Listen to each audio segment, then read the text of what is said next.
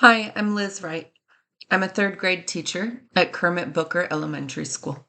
And that means that racism is very close to home for me. I work at a school that is a Title I Transformation Network Prime 6 school in the heart of West Las Vegas, West Side Las Vegas. We have a school population that is less than 3% white.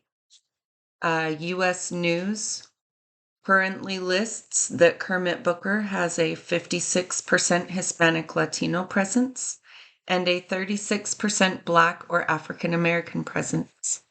We also have 3% of two or more races and at least 1% of Asian or Asian Pacific Islander. So to have less than 3% white and then 97% of minority enrollment.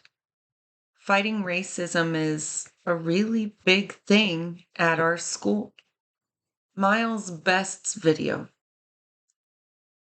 focused on not only saying that racism isn't okay and we shouldn't accept racism, but beyond that, we need to take an anti-racism stance.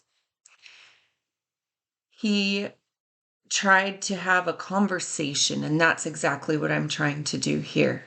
I don't want to feel scripted. I don't want to feel unreal. So here we go. Miles Best stated that comprehensive anti-racist policies need to include representation of our student population percentages.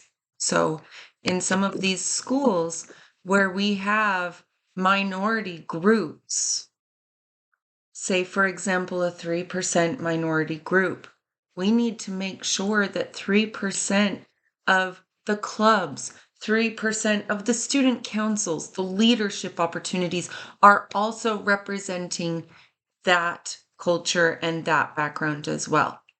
That we don't overlook our students not only in the classroom, but also in the extracurricular activities, the leadership opportunities, and so forth. We also need to be recruiting more teachers of color. Now, in my school, we're outside of the norm. I would say just estimating that 90% of our staff is a minority, whether they're African American, Asian, Hispanic, Latino. That once again, just like our student population, our staff population is by no means ruled by white people. And our administration is of Asian descent. Another thing that we need to do is to teach culturally responsive content. That means that we are showing our students that it is okay and accepted and embraced, that we are using literature by people of different nationalities and ethnicities, that we are showing them literature that includes those nationalities with diversity and equitable education. And it also means that we incorporate and embrace the multilingual diversity within our school as well. And we'll get to that a little bit more in a moment. Now, one of the quotes from the video that I really liked was actually from the National Education Association. They said that interdisciplinary ethnic studies help foster cross-cultural understanding among both students of color and white students, and it aids students in valuing their own cultural identity while appreciating the differences around them. In order to use those interdisciplinary ethnic studies, we need to go back to what we talked about before of teaching culturally responsive content, making sure that these children are exposed to content that has been written by someone from their culture, content that includes someone from their culture, And then also that they have access to these teachers who can be major role models to them that look and sound like them many times as well. Nieto and Bode also talked about bilingualism. Because bilingualism is often viewed in a negative light, and this is a direct quote from Nieto and Bode, because bilingualism is often viewed in a negative light, school policies have generally focused on transitions to English as soon as possible. In the United States, the prevailing view about knowing languages other than English is that among culturally dominated groups, bilingualism is a burden, yet among middle class and wealthy groups, it's an asset. So essentially, what we've said there is that if you're middle class and if you're wealthy and your first language is English, then good for you. You've got an extra strength on that resume. You've got an extra bonus point by learning Spanish or Mandarin or French or whatever that language may be. And on the flip side, we have this tendency in the United States to say, you came to us not speaking English.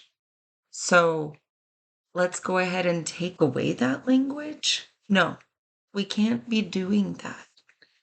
In fact, Canadian researchers studied people, again, this is a quote from Nieto and Bode, Canadian researchers studied people being treated for dementia and found that those who were bilingual reported a later onset of symptoms of dementia, specifically about 4 years later than those who were monolingual. Bilingualism is reliably associated with increased attention control, working memory, metalinguistic awareness, and abstract reasoning. So all these things that we worry about as we age, that we worry about as we grow old, that can absolutely deteriorate our minds, one of the things that we can best do to prevent those, not only to push them off for future or for a longer time, but hopefully to also lessen the severity of it. One of those beautiful things that we can do is to learn additional language. Nieto and Bode also talked about how additive bilingualism refers to a framework for understanding language acquisition and development that adds a new language rather than subtracting an existing one. One of the things we cannot do with our students is to say, look, you've come to us and now you need to speak English and only English. You need to read in English and only in English. You need to write in English and only in English. Now, I understand that we are in the United States of America, that we are tied to a curriculum, that we have administration and bosses that are telling us these kids are in America and they need to function in an English-speaking society. Yes, they do. They also need to be able to embrace and utilize their background, their culture, and their native tongue. So one of the examples I love from this is when we did SBAC testing. When we were done with SBAC testing, when these children are supposed to be quiet and complacent for the rest of a testing period, why not let them read in their native tongue?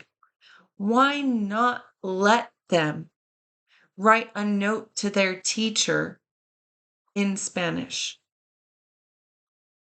Because without fostering their love for that language, without fostering their culture and their native tongue, they can easily lose it.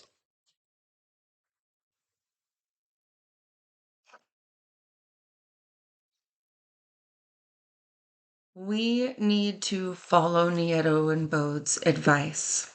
We need to accept student identities. We need to consciously foster native language literacy. And we need to understand that part of anti-racism is not only accepting someone for their skin color, but also accepting their rich, diverse linguistic background. Thank you.